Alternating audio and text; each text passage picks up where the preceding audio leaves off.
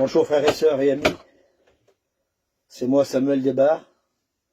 Je tiens et je tenais à vous remercier à tous ceux qui ont prié pour moi, les frères et sœurs, les serviteurs de Dieu, en France, en Europe, la mission de Zigane, Vie Lumière, ainsi que les assemblées de Dieu, la Pentecôte, mes frères et sœurs et mes amis aussi sédentaires qui ont prié pour moi.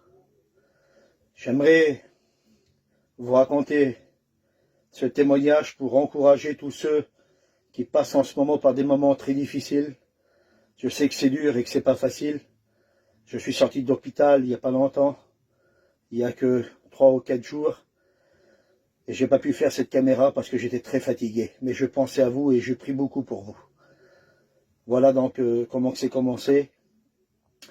Le 22 mars, j'ai attrapé de la fièvre et je me suis rendu donc pas tout de suite au médecin, mais le lendemain.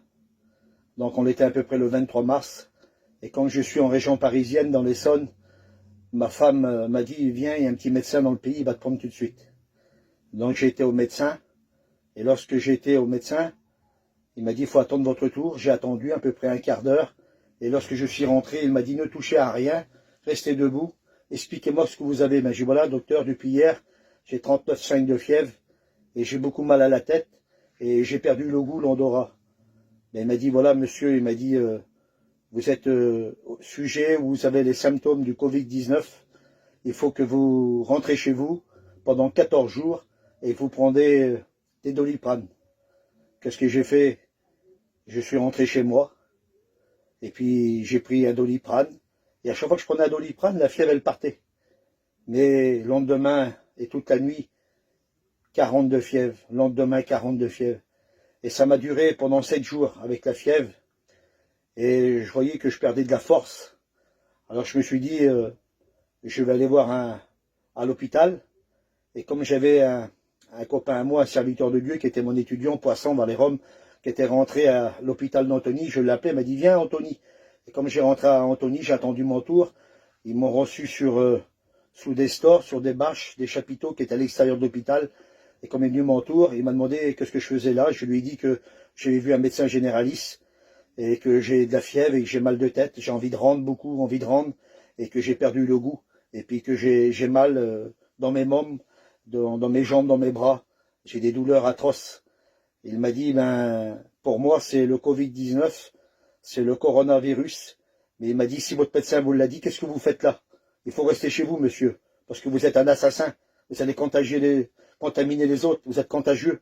Mais j'ai dit, monsieur, ça fait 7 jours que je suis donc 8 jours avec de la température, il n'y a rien d'autre à faire. Non, rentrez chez vous, il vous reste encore, il m'a dit, il vous reste encore 5 ou 6 jours, il faut arriver à 14 jours.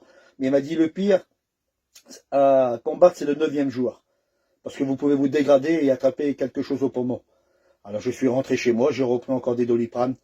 Et le 9e jour est passé, j'ai prié, j'ai demandé à Dieu, garde-moi Seigneur. Permets pas, Seigneur, qu'il m'arrive quelque chose, comme chaque chrétien, serviteur de Dieu, aurait pu faire. Et puis le 10e jour, le 11e jour est arrivé. Le 12e jour, et puis là, j'avais plus de force. Et il y a mon garçon, sans rien me demander, il a téléphoné au SAMU au 15. Et puis il a expliqué mon état. Ils ont fait venir les pompiers. Et les pompiers, comme ils ont monté dans la caravane et qu'ils m'ont pris mon oxygène, ils m'ont dit, monsieur, c'est tout de suite l'hospitalisation.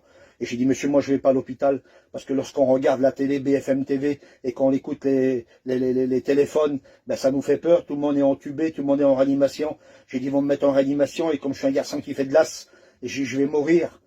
Alors, je voulais pas les suivre, et les médecins, à toute fin, ils voulaient me prendre, les pompiers. J'ai signé un papier, comme quoi je voulais pas rentrer. Le soir est passé, toute la nuit, j'ai pas dormi. Et le matin, je me suis levé. Et là, mes garçons m'ont crié dessus, ainsi que ma compagne. Mes frères m'ont téléphoné, m'ont dit, mais t'es un malade, t'es un fou, faut rentrer à l'hôpital.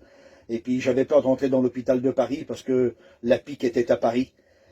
Et puis, donc, qu'est-ce qui est arrivé? Le matin de bonne heure, je me suis levé et j'ai tombé dans le cabinet de toilette. Et comme j'ai tombé, j'avais plus de force. J'ai dit à ma femme, emmène-moi vite. Et j'ai monté dans l'auto. Et comme j'ai voulu monter à la voiture pour aller à l'hôpital, ma femme m'a dit, téléphone plutôt au SAMU. J'ai rappelé le SAMU. Et la dame l'a dit, vous êtes le monsieur d'hier, j'ai gardé votre nom, monsieur Desbarres, vous avez signé pour pas rentrer. Et ben, elle dit, comment que ça se passe? Ben, j'ai dit, je manque d'air. Et ben, elle dit, on vous l'avait dit, monsieur. Donc, je vous envoie tout de suite les pompiers qui viennent vous chercher. Comme ils sont arrivés sur la place pour venir me chercher. J'ai rentré avec eux, ça a attendu une demi-heure, et puis ils m'ont emmené à l'hôpital d'Arpajon. Alors je voulais pas aller à Arpajon, vous comprenez bien que tout le monde me parle de cet hôpital d'Arpajon qui est pas bonne. Je voulais aller dans Paris, et après je lui ai dit, monsieur, c'est pas possible de me faire transférer à Rennes. Il m'a dit, monsieur, non, on vous emmène à l'hôpital le plus proche. Et comme je suis arrivé, ils m'ont laissé une demi-heure dans le camion de pompiers, en attendant que les médecins, les infirmiers, les internes me prennent. Et là, ils m'ont pris dans la chaise roulante, et puis ils m'ont emmené en bas des urgences. Comme je suis arrivé, et que j'ai vu tous ces gadgets habillés en cosmonautes, là, avec des doubles max, des doubles blouses, et qui m'ont vu, même les gadgets avaient peur. Ils étaient en nage, en sueur. Et là, ils m'ont pris. Ils m'ont emmené dans une chambre. Et là, tout de suite, ils ont commencé à me consulter. Ils ont regardé mon cœur, ils m'ont mis des appareils. Ils m'ont pris la tension. J'avais beaucoup de tension, j'avais 16-10 de tension. Et j'avais 40 de fièvre. Et là, tout de suite, ils m'ont hospitalisé. J'ai resté donc dans cette chambre la journée. Et puis, 3 heures après, ils m'ont dit, on vous passe un scanner. Ils m'ont passé au scanner. Et lorsqu'ils m'ont passé au scanner, ils m'ont dit, voilà, monsieur, vous avez le plus gros des Covid-19. On l'a vu, il a passé. Il vous a passé au cas des poumons. Mais il dit, pour l'instant, vos poumons ne sont pas touchés. Et je remercie le Seigneur. Parce que, voyez, moi, j'ai eu la peur de ma vie. Et donc, j'ai resté dans le service. Et ensuite, ils m'ont ramené dans un autre service en bas. Je ne peux pas vous dire. J'ai fait 10 jours d'hôpital. Mais pendant ces 10 jours d'hôpital, je ne peux pas vous dire, frères et sœurs, vous êtes un cobaye dedans. Ils vous prennent des prélèvements, des prises de sang tous les heures. C'est par 20 tubes. 20 tubes. Ils m'en ont pris pendant 3 fois 20 tubes, 60 tubes de sang. Mais c'est pas grave, ça. Ils m'ont mis 4 perfusions pour pas me déshydrater. Paracétamol, augmentin et carmoxyl, un autre antibiotique. Et jour et nuit, jour et nuit, jour et nuit pour que la fièvre tombe. J'ai resté 22 jours avec de la fièvre, 39 et 40, et des balles de tête. Elle partait pas. Et je priais, je pensais. Et alors tout seul, personne n'a le droit de vous voir. Ni vos familles, ni vos frères et sœurs, ni votre épouse, ni votre femme, votre compagne, vos enfants. Et puis j'avais le téléphone que ma femme m'a fait emmener, alors je leur téléphonais par visio, ça m'a réconforté. Mais je manquais d'air, je manquais de respiration. Mais je priais, et puis vous savez, j'ai servi le Seigneur à l'âge de 16 ans. Ça fait 32 ans. Je suis tout jeune, j'ai 48 ans. Alors les passages de la Bible, je les connais. Et puis les versets qui nous arrangent, je les connais. Alors forcément, le psaume 34, quand un malheureux crie, l'Éternel l'entend. Le malheur atteint souvent le juste, mais l'Éternel l'en délivre toujours. Invoque-moi au jour de la détresse, je te répondrai. Alors tous ces versets-là, je suis avec vous tous les jours, qui pourra vous ravir de ma main? Et tous ces versets-là, c'était une chanson, je peux les répéter chaque seconde dans mon cœur et dans mon âme. Et puis je priais. Et puis tout d'un coup, je dis, Seigneur, mais tu réponds pas, qu'est-ce qu'il faut faire, Seigneur? Qu'est-ce qu'il faut faire pour que tu m'exauces? Je mange pas, Seigneur. Je suis dans le jeûne, dans la prière. Je suis dans la consécration, mais qu'est-ce qu'il faut faire, Seigneur, pour que tu m'exauces? Et puis, dans l'après-midi, le médecin aidé, c'était un Syrien. Et il me prenait toujours les poumons. C'était le chef de la pneumologie. Il me disait, génial, génial, c'est pas touché. Et je glorifiais Dieu. Je dis, même si je fais un mode hôpital, ben, Seigneur, je fais de glace. Il faut pas que ça vienne au poumon, parce que Seigneur, si ça descend au poumon, ils vont m'entuber, ils vont me mettre en réanimation. Puis Seigneur, on avait beaucoup de mauvaises nouvelles sur Paris, de beaucoup de frères et sœurs, malheureusement, qui sont partis près du Seigneur. Et puis, le médecin traitant qui me suivait n'était pas là. Et tout d'un coup, il y a une gadji qui est venue. Mais j'étais rempli du Saint-Esprit. Et cette dame a dit, bonjour, monsieur Desbarres, je suis la chef du service, je viens vous consulter, parce que le médecin tel n'est pas là, ni aujourd'hui, ni demain. Je lui dis, oui, madame, pas de problème. Et comme elle me consulte, elle regarde, elle dit, oh, c'est pas bon ça, c'est pas bon. Je dis, qu'est-ce qui se passe? Elle dit, vous avez un poumon qui est bien, mais l'autre poumon, il craque, il est touché. Et puis il va contaminer l'autre. Alors j'appelle tout de suite le service de Réa pour vous entuber, je vous emmène en réanimation. Et j'ai dit, Seigneur, c'est pas possible. Et puis j'ai regardé cette dame, et le Saint-Esprit m'a dit dans mon cœur, elle a envoyé des ténèbres. La crainte des hommes, elle tend un piège. Mais celui qui se confie dans l'Éternel, il est protégé. Alors j'ai dit, madame, mais je veux pas être entubé, alors je veux signer, je veux sortir, madame. Je vais te transférer à Rennes, je vais payer l'ambulance. Et j'ai appelé mon frère Néné, mon frère France Carl, mon frère Jamie.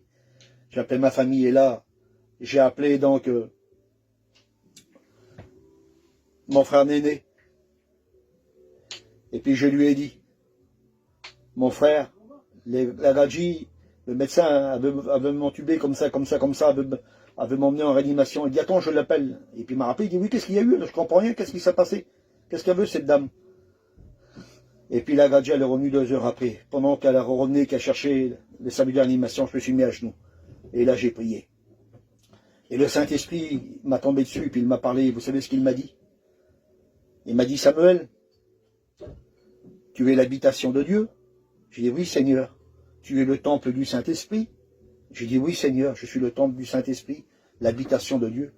Et en toi, il y a le virus. Et dans un temple, est-ce qu'on a le droit de mettre quelque chose de souillé? Lorsqu'on rentre dans un temple, dans une synagogue, dans une église, il n'y a rien de souillé. Il y a tous les ustensiles pour servir Dieu. J'ai dit, oui, Seigneur.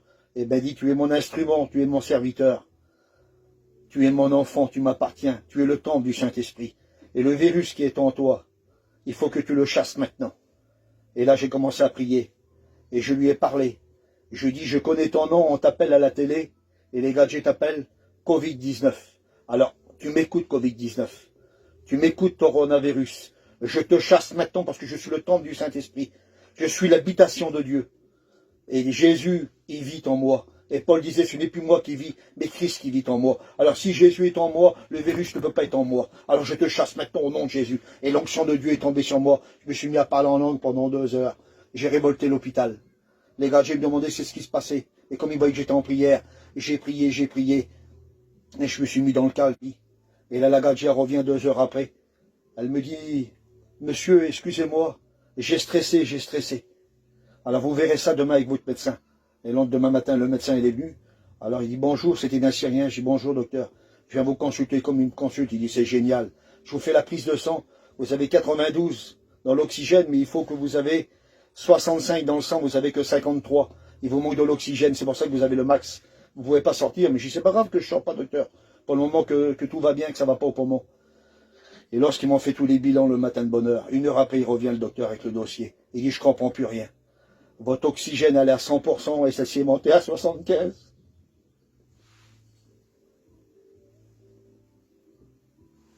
Quelle bonté, quelle bonté. Il m'a dit, monsieur, je suis chrétien. Mais il dit, priez pour moi. Le gars, je sais bien, je le docteur n'a pas. Le chef du service, et j'ai prié pour lui. Il m'a dit, vous savez comment je l'appelle, monsieur? Cette maladie, non, le diable. Il dit, c'est le diable, c'est pas possible. Avant une personne, elle étouffe les poumons, elle étouffe tout le monde. Il dit, on ne sait plus comment faire, on les surpassé. Je prie beaucoup pour les médecins, les chirurgiens, les internes, les infirmiers. Je prie beaucoup pour les pompiers, pour le SAMU. Que dégagez, Seigneur. Ils sont payés presque rien, le SPIC, ils sont capables de donner leur vie, être contaminés pour sauver les autres. Et Jésus a dit, il n'y a pas plus grand que de donner sa vie pour ses amis. Quelle beauté, Seigneur. Ils ne sont pas chrétiens, il y en a qui sont chrétiens dans le monde, bien sûr, mais quelle beauté, Seigneur. Alors, j'ai pensé au passage de la Bible. Et le Seigneur a parlé à mon cœur, il m'a dit, Samuel, tu sais ce qu'il te faut? J'ai dit, non, Seigneur, il te faut l'humilité. C'est l'humiliation. L'humiliation. Alors il dit, l'humilité, elle précède la gloire. L'orgueil, elle précède la chute. Celui qui s'abaisse, je le relève. Souviens-toi de Jean-Baptiste, il avait dit qu'il faut qu'il diminue pour que je croisse que je grandis en lui. Il m'a dit, ce confinement, il y aura un grand changement parmi le peuple. Parce que rappelle-toi, lorsque le chapiteau était monté, et que vous faisiez des réunions, et que vous appelez pendant des heures les chrétiens, l'autre il a la grillade, l'autre il a l'apéritif, et l'autre il demande qui c'est qui prêche, ah c'est lui, ben j'irai demain. Ils voulaient plus de réunion, ils étaient gavés. Il dit aujourd'hui, ils ont une faim spirituelle d'entendre la parole de Dieu. Et dans 1 Samuel, il dit que la parole de Dieu était rare en ce temps-là.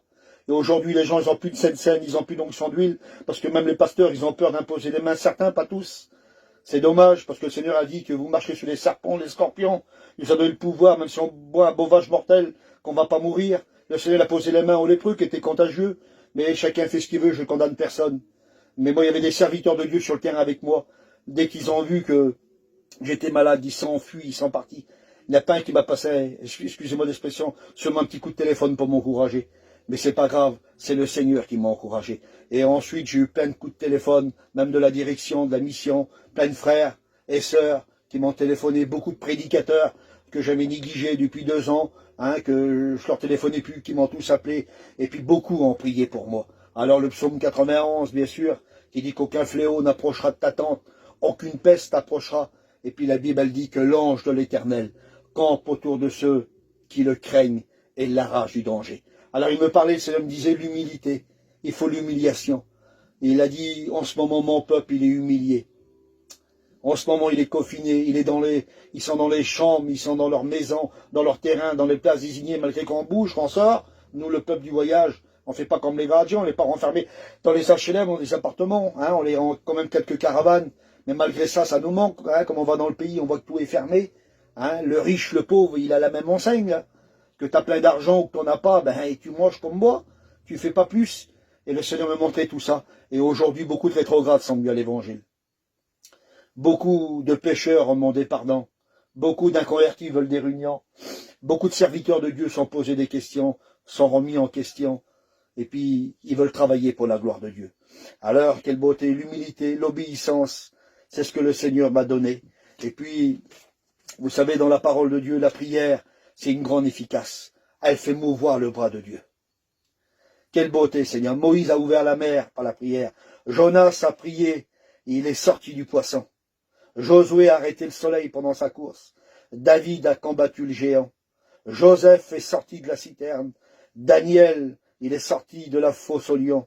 Mishak, Shadrach, Abednego sont sortis de la fournaise. Les disciples, ils étaient dans la barque, il y avait cette tempête. Jésus a dit silence, tais-toi. Quelle beauté. Paul et Silas étaient en prison et ils chantaient, ils priaient. Et Jean, dans l'île de Patmos, a reçu la révélation de l'Apocalypse par la prière. Lazare, qui était mort depuis 4 jours, et il sentait, dit la Bible déjà. Et Jésus s'est mis devant le tombeau. Il a dit, Père, je te rends grâce de ce que tu m'exauces toujours. Quelle beauté, Seigneur. Et puis, laissez-moi vous dire, mes amis, que le Seigneur, il a dit, ô toi qui écoutes les prières, tous les hommes viendront à toi. Je vous encourage, tous ceux qui passent par des moments difficiles, qu'ils ont un membre de leur famille à l'hôpital, et que ça fait peur, et que vous écoutez des mauvaises nouvelles. La crainte des hommes, elle tend un piège, mais celui qui se confie en l'Éternel est protégé. Vous dites pas Amen, que Dieu soit béni. Et la Bible dit que celui qui craint l'Éternel, il possède un appui ferme, et même ses enfants, ils ont un refuge auprès de lui. Alors tracasse-toi pas pour tes enfants, ils vont pas l'attraper. Tracasse-toi pas pour ta famille, tracasse-toi pas pour ton mari, je sais que tu te tracasses, il est à l'hôpital, il est en réanimation, mais il va sortir vainqueur parce que c'est un chrétien. Rappelez-vous que l'ancien monde, Dieu a sauvé Noé, il les a fait monter dans l'arche. Rappelez-vous qu'il a sorti Lot de Sodome et Gomorrhe. Rappelez-vous qu'il sort toujours son peuple, le Seigneur. Il est peut-être dans un coma, mais il va sortir au nom de Jésus, parce que nous sommes le temple du Saint-Esprit, nous sommes l'habitation de Dieu. Je vous invite à tous ceux qui m'écoutent, en travers ces réseaux sociaux, de prier le Seigneur, de faire une rencontre avec Dieu. Le Seigneur, il vous aime. Le Seigneur, il veut vous sauver. Vous savez, je m'excuse du mot, sans juger personne, si le Seigneur revenait, il n'y aurait pas beaucoup qui auraient parti. Mais en travers ce confinement, puis que les gens sont placés devant Dieu, aujourd'hui l'Église, elle est prête, elle est dans la prière, dans le jeûne, dans la consécration, dans la mise à part, dans le renoncement. Ils ont compris beaucoup de choses aujourd'hui, le peuple de Dieu. Et aujourd'hui, si le Seigneur revient, selon 1 Thessaloniciens, chapitre 4 et verset 17, à un signal donné à la voix de l'archange, au son de la trompette de Dieu. Les morts en Christ vont ressusciter premièrement, et nous les vivants qui sont restés, nous partirons à la rencontre du Seigneur dans les airs.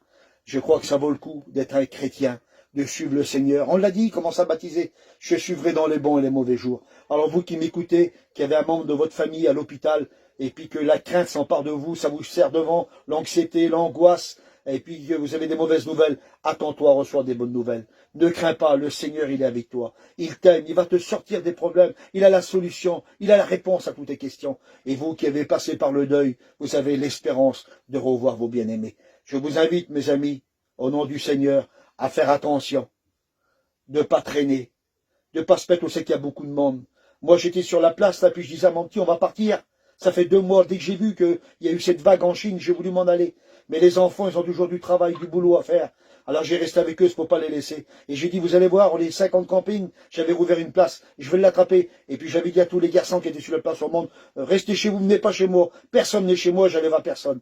Et j'allais même pas aux commissions. Et je l'ai attrapé quand même. Et j'avais le plus gros Covid-19. Mais Jésus, la Bible dit que si l'ennemi il est puissant, Dieu est tout puissant. Que Dieu vous bénisse à tous. Voilà mon expérience, mon témoignage. Aujourd'hui, je me donne à 100% pour Dieu. Je veux vivre que pour lui. Il n'y a plus rien qui m'intéresse. La vie de la terre m'intéresse plus. Il m'a fait grâce, je devais mourir. Je suis vivant et je veux travailler pour la gloire de son nom. Que Dieu vous bénisse à tous, frères et sœurs. Amen.